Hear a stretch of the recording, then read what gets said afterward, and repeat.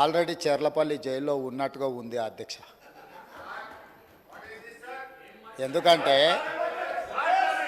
ఎందుకంటే ఎందుకంటే judicial enquiry order ఇచ్చినప్పుడు జ్యుడిషియల్ ఎంక్వైరీ ఆర్డర్ ఇస్తామని మేము అనలేదు అధ్యక్ష. ఇదే సభలో మంత్రివర్యులు కోమటిరెడ్డి వెంకటరెడ్డి గారు కొన్ని అంశాలను ప్రస్తావించినప్పుడు మా నిజాయితీని మేము నిరూపించుకుంటాం, సత్యహరిశ్చంద్రుడు ఆ వంశంలోనే మేము ఉన్నాం, సత్యహరిశ్చంద్రుడు తర్వాత మా నాయకుడు చంద్రశేఖర్ రావే సత్యహరిశ్చంద్రుడు అవతారంలో కలియుగంలో జన్మించిండు, కాబట్టి మీరు ఎంక్వైరీకి ఆదేశాలు ఇవ్వండి అని చెప్పి ఆ సభ్యుడే అడిగిండు అధ్యక్ష.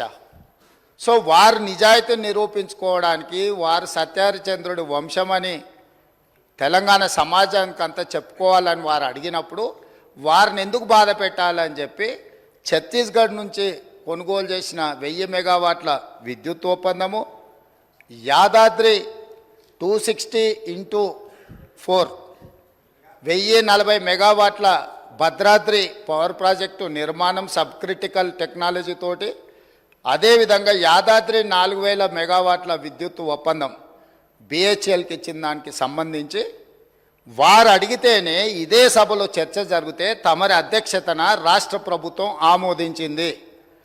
ఎప్పుడైతే మేము ఆమోదించి విచారణకు జ్యుడిషియల్ ఎంక్వైరీ కోసం చీఫ్ జస్టిస్ ఆఫ్ తెలంగాణకు లెటర్ రాస్తే సిట్టింగ్ జడ్జిలను కేటాయించలేం, రిటైర్డ్ జడ్జిలతో మీరు విచారణ చేసుకోండి అని కోర్టు నుంచి మాకు సమాచారం అందిన తర్వాత జస్టిస్ ఎల్ నరసింహారెడ్డి గారిని మేము నియమించినాం అధ్యక్ష. వారు విచారణ క్రొనలాజికల్గా చేసుకుంటూ సంబంధిత శాఖ మంత్రికి ఆనాడు సంబంధిత ఆనాటి ముఖ్యమంత్రికి మీరందరూ కూడా మీరు నిజాయితీ పరులు సత్యహరిశ్చంద్రులు అన్నారు కదా, కమిషన్ దగ్గరకు వచ్చి మీ వివరాలు ఇవ్వండి అని అడిగినారు అధ్యక్ష. అంటే ఒక కమిషన్ వేసిన తర్వాత కమిషన్ విచారణ చేసేటప్పుడు కమిషన్ సమన్ చేసినప్పుడు బాధ్యత గల పౌరుడిగా ప్రజాప్రతినిధిగా అక్కడికి వెళ్ళి తమ వాదనను ఇక్కడ ఏదైతే వాదన వినిపించాలనుకున్నారో ఆ విచారణ కమిషన్ ముందర వెళ్ళి వీరు వాదన వినిపించి ఉంటే నిజంగానే వాళ్ళ నిజాయితీ అంతా బయటకు వచ్చి ఉండేది కదా అధ్యక్ష. అక్కడికి వెళ్ళకుండా ఆ కమిషనే వద్దు, ఆ వ్యక్తే వద్దు, ఇవన్నీ వద్దని వాళ్ళే కోర్టుకు వెళ్ళిండ్రు. హైకోర్టు వాళ్ళ వాదనను తిరస్కరించింది. సుప్రీంకోర్టుకు వెళ్ళిండ్రు. సుప్రీంకోర్టు ఏమన్నది, విచారణ కొనసాగించాల్సిందే, విచారణని మీరు క్వాష్ చేయమని అడిగిన అది కుదరదు, కాకపోతే మీకు అభ్యంతరం వల్ల ఆ కమిషన్ చైర్మన్గా వ్యవహరిస్తున్న వ్యక్తి పట్ల మీకు ఏమైనా అభ్యంతరాలు ఉంటే వ్యక్తిని మారుస్తున్నాము అని చెప్పి సుప్రీంకోర్టు మార్చడానికి ప్రభుత్వాన్ని కూడా అడిగింది. మీ ఆలోచన ఏందని? మాకేం ఆలోచన లేదు, ఏ వ్యక్తిని వేసినా సరే విచారణ జరగాలన్నదే ప్రభుత్వం ఆలోచన. ఖచ్చితంగా మా కోర్టు అడిగితే మేము మంచిది మారుస్తాము అని చెప్పి ఒప్పుకున్నాము. వారు కోరుకుంటున్నారు కాబట్టి ఈరోజు సాయంత్రానికల్లా ఎవరిని వేయాలో ఆ విచారణ కమిషన్కు కొత్త చైర్మన్ కూడా ఈరోజు సాయంత్రం నియమిస్తాం అధ్యక్ష. ఇక రెండవ పాయింట్, వాళ్ళేదో తెలంగాణకు విద్యుత్ వెలుగులు తెచ్చినట్టు, తద్వారా తెలంగాణ అంతా దగదగా మెరిసిపోతున్నట్టు ఇంకెంతకాలం ఊదరగొడతారు అధ్యక్ష. ఈ తెలంగాణ రాష్ట్రం ఉమ్మడి రాష్ట్రంలో హైదరాబాద్ నగరంలో పెట్టుబడులు తీసుకురావాలని, ఈ పెట్టుబడుల ద్వారా ఈ ఆనాటి ఉమ్మడి రాష్ట్రానికి ఆదాయం పెరగాలని చంద్రబాబు నాయుడు గారు ముఖ్యమంత్రిగా ఉన్నప్పుడు 24 గంటల విద్యుత్తు ఇవ్వాలి ఈ ప్రాంతంలో అని ఒక నిర్ణయం తీసుకున్నారు. డాక్టర్ వైఎస్ రాజశేఖర రెడ్డి గారు వచ్చిన తర్వాత దాన్ని ఇంకా విస్తరించి ఐటీ కంపెనీలకు కానీ హైదరాబాద్ నగరానికి కానీ ఒక్క క్షణం కూడా విద్యుత్ కోతలు ఉండడానికి వీల్లేదు అని ఆనాడు తీసుకున్న నిర్ణయాల వల్ల నిరంతర విద్యుత్తు సరఫరా జరగడం వల్ల ఐటీ కంపెనీలు, ఫార్మా కంపెనీలు, hotel industry, food industry, sports అన్నీ నగరానికి వచ్చి ఈ నగరంలో ఒక అంతర్జాతీయ ఎయిర్పోర్టు, ఒక ఔటర్ రింగ్ రోడ్డు, హైటెక్ సిటీలు రావడం వల్ల హైదరాబాద్ నగరం విశ్వనగరంగా అవతరించి ఈనాడు తెలంగాణ రాష్ట్రానికి వస్తున్న ఆదాయంలో అత్యధిక భాగము ఆనాడు కాంగ్రెస్ పార్టీ యూపీఏ 1, యూపీఏ 2లో తీసుకున్న నిర్ణయాల వల్ల ఈ నగరానికి ఆదాయం పెరిగింది. కానీ రాష్ట్ర విభజన జరిగినప్పుడు విభజన నియమావళి ప్రకారం ఆస్తులు అప్పులు జనాభా దామాష ప్రకారం పంచుకోవడానికి చట్టంలో అవకాశం ఉంది అధ్యక్ష. దాని ప్రకారమే 42% జనాభా ఉన్న తెలంగాణకు 42% అప్పులు, అదేవిధంగా 58% జనాభా ఉన్న ఆంధ్రప్రదేశ్కి 58% అప్పులు ఆస్తులు పంపకాలు జరిగినాయి. కానీ విద్యుత్తులో మధ్యప్రదేశ్ విడిపోయినప్పుడు, జార్ఖండ్ మధ్యప్రదేశ్ నుంచి విడిపోయినప్పుడు, బీహార్ మధ్యప్రదేశ్ నుంచి కొంత ప్రాంతం విడిపోయినప్పుడు స్పష్టంగా ఛత్తీస్గఢ్, జార్ఖండ్ ఇవన్నీ రాష్ట్రాలు ఏర్పడినప్పుడు ఒక సమస్యను ఎదుర్కొన్నారు. ఆనాడు దిగ్విజయ్ సింగ్ గారు ముఖ్యమంత్రిగా ఉన్నప్పుడు చట్టంలో ఉన్న అంశం ఏంటంటే విద్యుత్తు ప్రాజెక్టులు ఏ ప్రాంతంలో విద్యుత్తు ఉత్పత్తి చేసే సామర్థ్యం ఉన్నదో అవి ఆ ప్రాంతానికే ఇచ్చేసే విధానం ఉంది చట్టంలో. తద్వారా ఆనాడు మధ్యప్రదేశ్ సీరియస్ పవర్ క్రైసిస్ని ఎదుర్కొన్నది. ఉత్పత్తి చేసేటివేమో కొత్తగా ఏర్పడ్డ రాష్ట్రానికి వెళ్ళిపోయినాయి. వినియోగం మొత్తం మధ్యప్రదేశ్లో ఉండడం వల్ల చాలా తీవ్రమైన విద్యుత్తు సంక్షోభాన్ని ఎదుర్కొన్నది. అదే సందర్భంలో ఉమ్మడి రాష్ట్రంలో కిరణ్ కుమార్ రెడ్డి గారు కట్టెపుల్ల పట్టుకొని మొత్తం ఇవన్నీ చెప్పిండు, విడిపోతే తెలంగాణ చీకటి అయిపోతుంది, ఎందుకంటే నియమావళి ఇట్లు ఉన్నది కాబట్టి ఇది అటు పోతుందని. అప్పుడు తక్షణమే తెలంగాణ ప్రాంతం నుంచి పార్లమెంట్ సభ్యులు ఇక్కడనే ఉన్నారు, పొన్నం ప్రభాకర్ గారు, రాజగోపాల్ రెడ్డి గారు, అదేవిధంగా వివేక్ గారు, వీళ్ళందరూ కలిసి నిజంగానే ఈ విధానం వల్ల తెలంగాణకు నష్టం జరుగుతుంది, ఈ ఉత్పత్తి చేసే సామర్థ్యం అంతా ఆంధ్రప్రదేశ్లో ఎక్కువ ఉంది, తెలంగాణలో తక్కువ ఉంది, అందుకే తెలంగాణ ఉద్యమం వచ్చింది కాబట్టి ఈ విధానంతో ముందుకు వెళ్తే తెలంగాణకు నిజంగానే చీకటి రోజులు వస్తాయి, దీన్ని సరిదిద్దాలి అని చెప్పి వీళ్ళందరూ కలిసి ఆనాడు కేంద్ర మంత్రి జైపాల్ రెడ్డి గారి దగ్గర వెళ్ళి కూర్చున్నారు అధ్యక్ష. జైపాల్ రెడ్డి గారు అప్పుడు అందరితో చర్చించి తెలంగాణలో విద్యుత్ రంగ నిపుణులతో మాట్లాడి ఏం చేస్తే బాగుంటుంది అని అంటే ఒక సవరణ తీసుకురావాలి. ఏంది? ఉత్పత్తి ప్రాతిపదికన విభజన జరగకూడదు, వినియోగం ప్రాతిపదికన విభజన జరిగినప్పుడు ఉమ్మడి రాష్ట్రంలో తెలంగాణ ప్రాంతానికి అత్యధికంగా ఏదైతే విద్యుత్ వినియోగం జరుగుతున్నదో వినియోగ ప్రాతిపదికన మనకు విభజన జరిగితే తెలంగాణకి ఎలాంటి ఇబ్బంది ఉండదు అని చెబితే హుటాహుటిన జైపాల్ రెడ్డి గారు సోనియా గాంధీ గారి దగ్గరికి, మన్మోహన్ సింగ్ గారి దగ్గరికి వెళ్ళి హైదరాబాద్తో కూడుకున్న తెలంగాణ రాష్ట్రం ఇచ్చిన మనం తెలంగాణకు విద్యుత్తు ఒకవేళ కొరత ఏర్పడితే తెలంగాణ రాష్ట్రం అభివృద్ధి కుంటుపడుతుంది, కుప్పగూలుతుంది అని చెప్పి జైపాల్ రెడ్డి గారు వెళ్ళి కన్విన్స్ చేసి రాష్ట్రం ఏర్పడిన తర్వాత స్పీకింగ్ ఆర్డర్ ఇప్పించండి అధ్యక్ష. విభజన చట్టంలో లేని, రాజ్యాంగంలో లేని ప్రత్యేకమైన మినహాయింపు ఒక్క తెలంగాణ రాష్ట్రానికి ఆనాడు ఇక్కడ ఉన్న ఎమ్మెల్యేలు, ఆనాడు ఎంపీలుగా పోయి జైపాల్ రెడ్డి గారితో మాట్లాడితే జైపాల్ రెడ్డి గారు కేంద్ర మంత్రిగా ప్రధానమంత్రి మన్మోహన్ సింగ్ గారిని, యూపీఏ చైర్పర్సన్ సోనియా గాంధీ గారిని ఒప్పించి వినియోగం ప్రాతిపదికన 53.46% అంటే దాదాపుగా 54% తెలంగాణ రాష్ట్రానికి, 46% ఆంధ్రప్రదేశ్ రాష్ట్రానికి. వాస్తవంగా ఉత్పత్తి సామర్థ్యం ప్రకారం చూసుకుంటే 36% తెలంగాణలో ఉండే, 64% ఆంధ్రప్రదేశ్లో ఉండే. విభజన చట్టం ప్రకారం తెలంగాణకు 36% వచ్చే విధంగా, ఆంధ్రప్రదేశ్కి 64% వచ్చే విధంగా ఉంటే జైపాల్ రెడ్డి గారు తీవ్రమైన కృషి చేసి తెలంగాణ రాష్ట్రానికి 53.46% ఇప్పించి కేంద్ర ప్రభుత్వాన్ని నుంచి ఆదేశాలు ఇప్పించి ఆనాడు తెలంగాణ రాష్ట్రాన్ని చీకట్ల నుంచి కాపాడింది అధ్యక్ష. ఇక్కడ కూర్చున్న వాళ్ళు, పొంకనాలు కొడుతున్నోడు ఎవడేం చేయలే.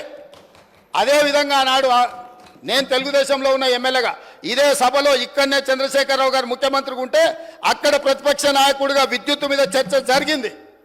ఆనాడు సమాధానం చెప్పలేక తెలంగాణకు చీకటి రోజులని పేపర్లు కింద కొట్టి ఆనాడు స్పీకర్ గారికి ఇక్కడి నుంచి హుకుం జారీ చేసి మార్షల్స్ను పెట్టి నా నీడ్చి బయటపడేపించింది అధ్యక్ష. రికార్డులు తీయండి. 2014-15 సందర్భంగా ఆనాడు ఇదే సభలో జరిగిన చర్చలో చంద్రశేఖరరావు గారు ఏ విధంగా సభను తప్పుదో పట్టిస్తుండు, ఏ విధంగా ప్రజల్ని మభ్యపెడుతుండు, ఏ రకంగా కాంగ్రెస్ పార్టీ ఆ రోజు నేను తెలుగుదేశంలో ఉన్నా నేను స్పష్టంగా చెప్పిన ఆ రోజు రికార్డులు తీయండి అధ్యక్ష, మీరు సభను వాయిదాయండి, అవసరమైతే ఆ రికార్డులు తీద్దాం. నేను ఆ రోజు చెప్పిన సోనియా గాంధీ గారి దయ వల్ల, జైపాల్ రెడ్డి గారి కృషి వల్ల తెలంగాణ రాష్ట్రానికి విద్యుత్ సంక్షోభం నుంచి గట్టెక్కింది. నేను తెలుగుదేశం ఎమ్మెల్యేగా ఉన్నా వాస్తవాలను చెప్పాలి అని చెప్పి అక్కడి నుంచి నేను తెలుగుదేశం ఎమ్మెల్యేకి ఈ సభలో మాట్లాడితే ఈ సభ్యుడు వాళ్ళని పొగడతాడా, మార్షల్స్ని పెట్టి ఈడ్చి బయట పడేయండి, నన్ను ఈడ్చి బయట పడేపించండి అధ్యక్ష. ఈరోజు మీ ద్వారా తెలంగాణ సమాజానికి ఈరోజు నేను చెప్పదలుచుకున్న అధ్యక్ష, ఆ రకంగా తెలంగాణ రాష్ట్రాన్ని విద్యుత్ సంక్షోభం నుంచి ఆనాడు జైపాల్ రెడ్డి గారు, సోనియా గాంధీ గారు, మన్మోహన్ సింగ్ గారు కాపాడినరు. ఆ తర్వాత ఉమ్మడి రాష్ట్రంలో తీసుకున్న నిర్ణయాల వల్ల భూపాలపల్లిలో ఉన్న 1200 మెగావాట్లు కానీ ఇతర ప్రాంతాలలో ఆనాడు ఉమ్మడి రాష్ట్రంలో ప్రారంభించిన పవర్ ప్రాజెక్టులు తెలంగాణ రాష్ట్రం వచ్చిన తర్వాత ఉత్పత్తిలోకి వచ్చినాయి. కాబట్టి అడిషనల్ పవర్ మొత్తం మనకు యాడ్ అవ్వడం వల్ల తెలంగాణలో విద్యుత్ సంక్షోభాన్ని నుంచి మనం బయటపడ్డాం అధ్యక్ష. ఇవాళ నేను సూటిగా సవాలు విసురుతున్నా. ఆనాడు 7000 చిల్లర మెగావాట్లు ఉంటే మేము 19,000 చిల్లరకి తీసుకెళ్ళినామని. ఎవరు అధ్యక్ష? వీళ్ళ తాతలు ఏమన్నా ఉత్పత్తి చేసిరా, వీళ్ళేమన్నా చేసిరా? సోలార్ పవర్ ప్రాజెక్టులో 5,600 మెగావాట్లు ఈరోజు చెప్పుకుంటారు కదా. ప్రైవేటు పెట్టుబడులు ప్రైవేట్ వాళ్ళు తీసుకొచ్చి పెట్టింది అధ్యక్ష. రాష్ట్ర ప్రభుత్వానికి అనాపైస సంబంధం లేదు. 10 సంవత్సరాలు వీళ్ళ ఏలుబడిలో సోలార్ పవర్ ఓన్లీ 1 మెగావాట్ అధ్యక్ష. సిగ్గు లేకుండా ఇంకా కూడా మేము విద్యుత్తును ఉత్పత్తి చేసామని అబద్ధాలు చెప్పి సభను తప్పుదోవ పట్టించే ప్రయత్నం చేస్తున్నారు అధ్యక్ష. అదేవిధంగా అధ్యక్ష, ఇవాళ బిహెచ్ఎల్కు మేము నామినేషన్ పేజ్ మీద ఇచ్చినాం. గవర్నమెంట్ టు గవర్నమెంట్ ఇస్తే కమిషన్లు వస్తాయా? ఇది పద్ధతేనా? మీరు ఎక్కడ గండి కొట్టిరు, ఎక్కడ బొక్కిండ్రు, ఎక్కడ మెక్కిండ్రు మాకు తెలియదు అనుకుంటున్నారు అధ్యక్ష. మేమేం చదువుకోకుండానే ఇక్కడికి వచ్చినాం అనుకుంటురా అధ్యక్ష? బిహెచ్ఎల్కు ఉన్న కెపాసిటీ, ఎలక్ట్రో మెకానికల్ ఎక్విప్మెంట్ ఉత్పత్తి చేసే సామర్థ్యమే ఉంది. బిహెచ్ఎల్కు civil balance of plant work అంటారు. అంటే సంస్థ ఒక విద్యుత్ ఉత్పత్తి చేయాలంటే బ్రాయిలర్స్ మెకానికల్ ఎక్విప్మెంటే కాదు అధ్యక్ష, సివిల్ వర్కులు ఉంటాయి. సివిల్ వర్క్లు అంటే ప్లాంట్ను ప్రిపేర్ చేయడం కానీ, తెచ్చిన మిషన్లు ఫిట్ చేయడం కానీ, దాని కాంపౌండ్ కానీ, దాని రూఫ్ కానీ, సరే అక్కడ ఉండే ఎంప్లాయీస్ క్వార్టర్స్ కానీ, ఇవన్నీ. సో ఎప్పుడు కూడా ఈ దేశంలో ఉమ్మడి రాష్ట్రంలో ఏదైనా పవర్ ప్రాజెక్టు నిర్మాణానికి ఎలక్ట్రో మెకానికల్ ఎక్విప్మెంట్ సంబంధించిన ఉత్పత్తి కానీ లేకపోతే సరఫరా కానీ బిహెచ్ఎల్కి ఇస్తారు, లేకపోతే బిహెచ్ఎల్ లాంటి సంస్థలకు ఇస్తారు. మిగతా సివిల్ వర్కులు మొత్తం BOP balance of plant work అంటారు. అవి మిగతా కాంట్రాక్టర్లకు ఇస్తారు. వీళ్ళిద్దరు సమన్వయం చేసుకొని విద్యుత్ శాఖ అధికారులు, ఇంజనీర్ల పర్యవేక్షణలో సివిల్ వర్కులు చేసే కంపెనీ సివిల్ వర్కులు చేస్తుంది, ఎలక్ట్రో మెకానికల్ ఎక్విప్మెంట్ చేసే పని చేస్తారు. ఆ రెండింటిని కలిపి ప్రాజెక్టులు నిర్మిస్తారు అధ్యక్ష. ఇప్పటివరకు దేశంలో జరిగింది. కానీ తెలివితేటలు గల్లోళ్ళు, ఎట్లయితే కొట్టేయాలనో తెలిసిన వాళ్ళు, వీళ్ళు తెలివితేటలన్నీ ప్రదర్శించి G2G బిహెచ్ఎల్కి ఇస్తున్నాం అనే నెపం మీద ఏదైతే అంచనాల రేట్ల ప్రకారం వీళ్ళు డైరెక్ట్గా బిహెచ్ఎల్కి ఇచ్చారు అధ్యక్ష. బిహెచ్ఎల్కు 4,000 మెగావాట్లు దాదాపు 29,000 చిల్లర కోట్లు. నేను సబ్జెక్టు కరెక్షన్, నేను రికార్డు మళ్ళీ తీసుకొని చెప్తా అధ్యక్ష. ఆనాడు ఒప్పందం చేశారు. బిహెచ్ఎల్ నుంచి వీళ్ళ బినామీలు, వీళ్ళ బంధువులు, వీళ్ళకి కావాల్సిన వాళ్ళు సివిల్ వర్కులు మొత్తం మళ్ళీ బిహెచ్ఎల్ నుంచి వాళ్ళ కాంట్రాక్ట్ ఇచ్చారు అధ్యక్ష. ఈరోజు విచారణకి ఇస్తే ఎందుకు గుండెలు బాదుకుంటారు అధ్యక్ష? ఉన్నదంతా బిహెచ్ఎల్కి అయితే కేంద్ర ప్రభుత్వము సంస్థకే ఇచ్చినప్పుడు బాధ ఎందుకు పడుతున్నారు అధ్యక్ష? కోర్టుకి ఎందుకు పోయినరు? విచారణ జరగొద్దని ఎందుకు అంటున్నారు? ఎందుకు పొడ పేపర్లు పెడుతున్నారు? ఈరోజు బిహెచ్ఎల్ నుంచి సివిల్ వర్కులు మొత్తము ప్రైవేట్ కాంట్రాక్టర్లకు వీళ్ళ బినామీలకు ఇచ్చిండ్రు. 1,000 కోట్ల రూపాయలు ఒప్పందాలు జరిగినాయి. అందులో ఫ్రాడ్ జరిగింది. చివరికి సరఫరా చేసే కంకర కా నుంచి, ఇసుక కా నుంచి, వాచ్మెన్ల కా నుంచి వాళ్ళ పార్టీ నాయకులకు, పార్టీ ఫిరాయించిన మాజీ ఎమ్మెల్యేలకు అప్పచెప్తే కోమటిరెడ్డి వెంకటరెడ్డి గారు అక్కడికి వెళ్ళి యాదాద్రి పవర్ ప్లాంట్ విజిట్ చేసి దోపిడీ ఏ విధంగా జరుగుతుందో ఆనాడు కాంగ్రెస్ పార్టీ ఎమ్మెల్యేగా ఉన్న వ్యక్తిని బెదిరించి, లేకపోతే అతనికి ఆ ఒప్పందాల పనులు అప్పచెప్పి ఏ రకంగా వీళ్ళు దోపిడీకి పాల్పడ్డారో ఈరోజు విచారణలో బయటకు వస్తుందని చెప్పి ఈరోజు ఊకదంపుడు ఉపన్యాసాలు ఇచ్చి ప్రజల్ని మభ్యపెట్టే ప్రయత్నం చేస్తున్నారు అధ్యక్ష. అదేవిధంగా అధ్యక్ష, మేము మీకు ఇక్కడ ఒక ఇది నేను చెప్పదలుచుకున్నాను అధ్యక్ష.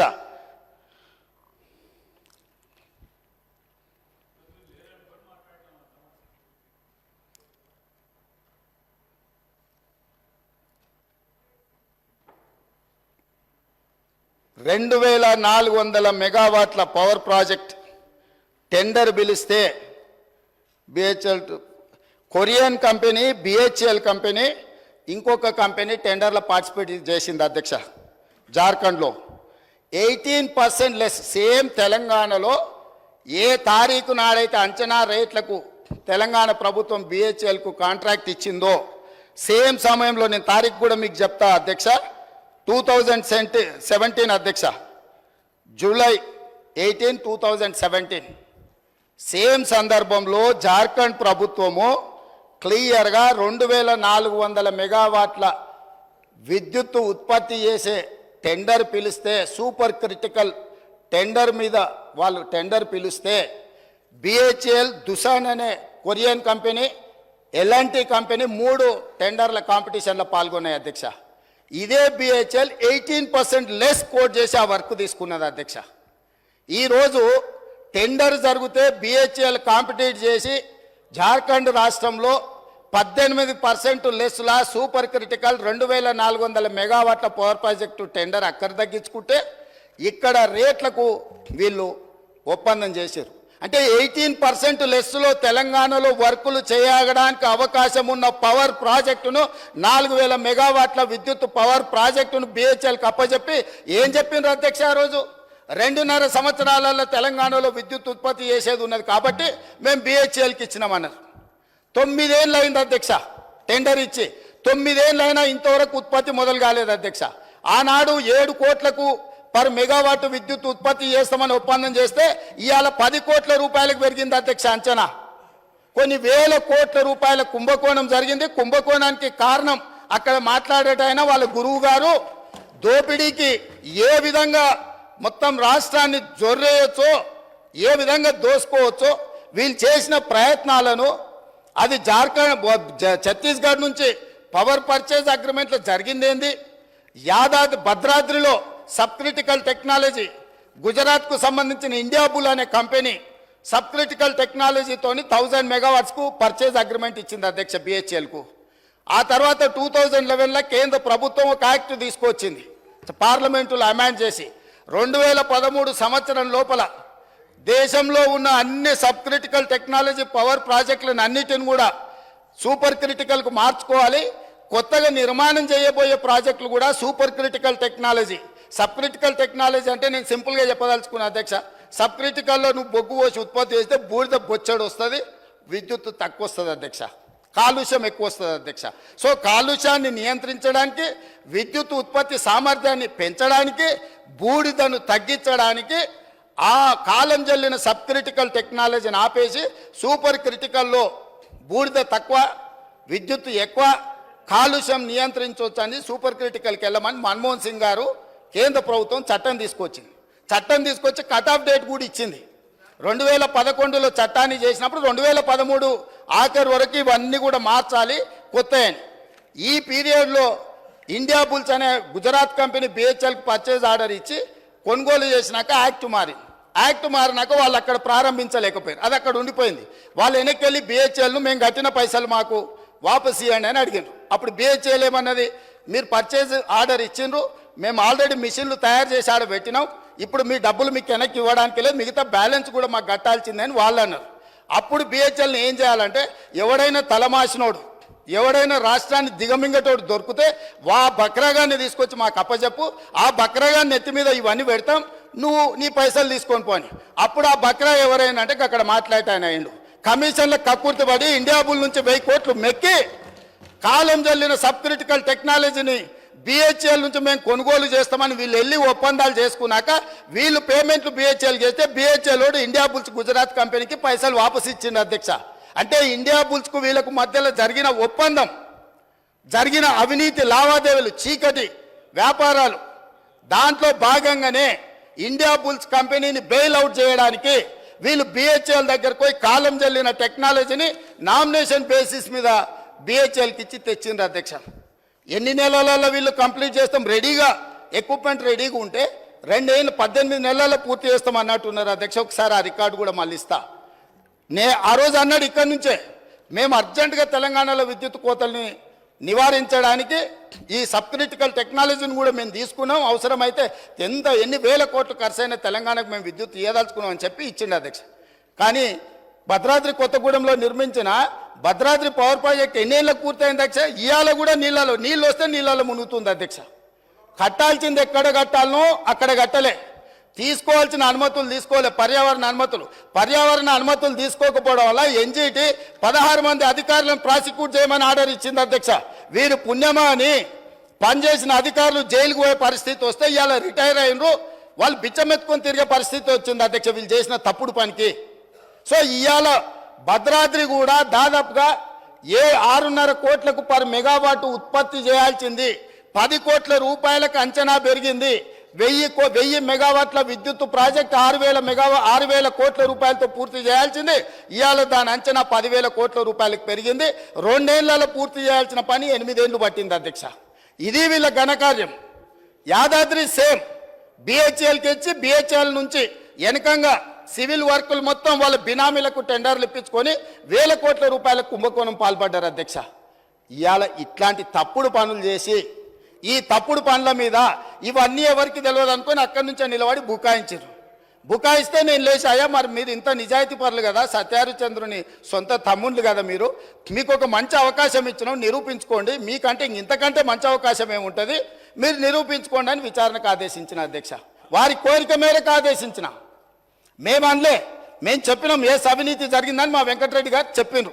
సరే వారి నెంబర్లు ఎక్కువ తక్కువ చెప్పారు, వాస్తవం తెలిసిన ఆయన ఆ నెంబర్ ఒప్పుకుంటలేడు. పోనీ వెంకటరెడ్డి గారు 10,000 20,000 కోట్లు అన్నాడు. వారు ఏం చెప్పాలి, మేము 20,000 కోట్లు తినలేదా, 15,000 కోట్లు తిన్నాం, మేము అట్లా కాదు, మేము సత్యహరిచంద్రుని వారసులం, నిజం చెప్తామని తిన్న 10,000 ఎంతో చెప్పాలి కదా అధ్యక్ష. మొత్తం విచారణకిచ్చి లైన్ పెట్టి కమిషన్ చైర్మన్ నోటీసులు ఇచ్చి క్రొనలాజికల్గా విద్యుత్ రంగ నిపుణులు రఘుతో సహా పోయి మొత్తం వివరాలు అక్కడ ముందలు పెట్టినాక వీళ్ళకి అర్థమైపోయింది. ఏమని, మేము దొరికిపోయినాం, మా దోపిడీ బయటపడ్డది, మేము గ్యారంటీగా జైలుకి వెళ్లాల్సిన పరిస్థితి వస్తుందని చెప్పి కమిషన్ మీదనే ఆరోపణలు చేసి కమిషన్కు వ్యతిరేకంగా కోర్టుకు పోయారు అధ్యక్ష. ఏమని, అసలు విచారణే వద్దని. విచారణ కావాలనేది వాళ్ళే. ఇప్పుడు మాట్లాడుతున్న మాజీ మంత్రి గారే విచారణ అడిగిండు. వాళ్ళ మాజీ ముఖ్యమంత్రి గారు నాకు విచారణ వద్దు, ఎందుకంటే సెగ తలగంగానే ఆయన వద్దని కోర్టుకు పోయింది. కోర్టు ఏమన్నది అధ్యక్ష, చివరికి కమిషన్ విచారణ జరగాల్సిందే, మీకు అభ్యంతరం ఉన్న చైర్మన్ గారిని మేము మారుస్తున్నాము అని అన్నాడు. ఇప్పుడు ఆ వాస్తవాలు విచారణలో ఉండగా మేము బిహెచ్ఎల్కి ఇస్తే ఎట్లా తీసుకుంటామని అడుగుతున్నారు అధ్యక్ష. బిహెచ్ఎల్ సివిల్ పనులు ఎప్పుడైనా చేసింది అధ్యక్ష, వాళ్ళకి అనుభవం ఉందా? BHEL heavy electrical limited company అధ్యక్ష. ఎలక్ట్రికల్ మెకానికల్ ఎక్విప్మెంట్ మాత్రమే వాళ్ళు తయారు చేస్తారు, వాళ్ళు సివిల్ పనులు చేయరు. ఎప్పుడు కూడా ఏ పవర్ ప్రాజెక్ట్ కూడా బీఓపీ అంటారు. నేను మళ్ళీ చెప్తున్నా అధ్యక్ష, balance of plant work, civil వర్క్లు మొత్తం టెండర్లు పిలుస్తారు. వీళ్ళ తెలివితేటలంతా ఇక్కడనే ప్రదర్శించారు అధ్యక్ష. మొత్తం గంపగుత్తగా బిహెచ్ఎల్కి ఇచ్చారు. బిహెచ్ఎల్ నుంచి మళ్ళీ టెండర్లు పిలిచేసి యాజ్ ఇట్ ఈజ్ ఎస్టిమేటెడ్ రేట్లతోని 18% లెస్సులో కాంపిటీషన్ చేసిన బిహెచ్ఎల్కు అంచనా రేట్లకు ఇచ్చారు. ఇవాళ 40,000 కోట్లు అయింది అధ్యక్ష. 40,000 కోట్ల మీద 18% అంటే ఎంత పోయినట్టు అధ్యక్ష? దాదాపుగా 8,000 కోట్లు 9,000 కోట్ల రూపాయలు ఇవాళ తెలంగాణ రాష్ట్రానికి విద్యుత్ శాఖకు ఇవాళ నష్టం వచ్చింది. ఎవరు బాధ్యత తీసుకోవాలి అధ్యక్ష? దీనికి దోపిడీ చేసిన వాళ్ళు కాకపోతే ఎవరు తీసుకుంటారు అధ్యక్ష? ఇవాళ తెలంగాణకు చీకట్లు లేవు అంటే ఆనాడు సోనియా గాంధీ గారు, మన్మోహన్ సింగ్ గారు మనకు 53.46% ఇచ్చిండ్రు. ఆంధ్రప్రదేశ్లో రాజు కేసు వేస్తామంటే ఇవాళ ఆయన లేడు, దయాకర్రావు గారు.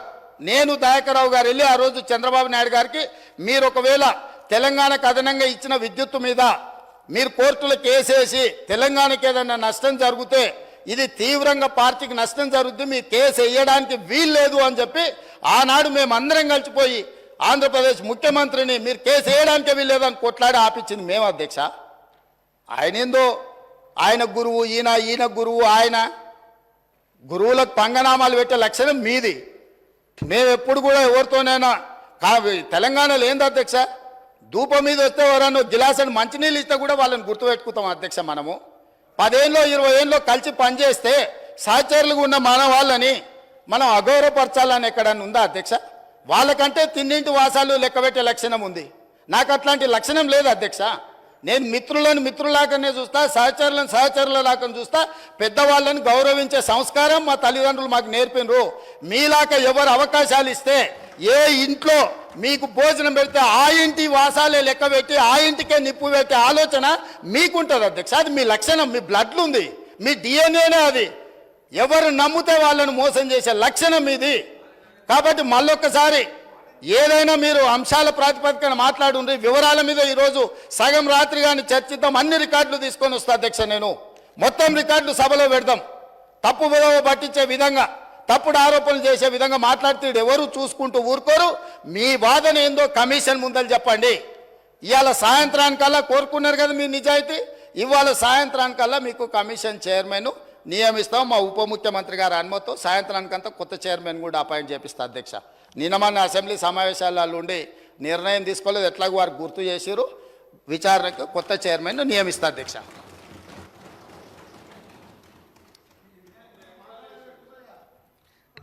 అధ్యక్ష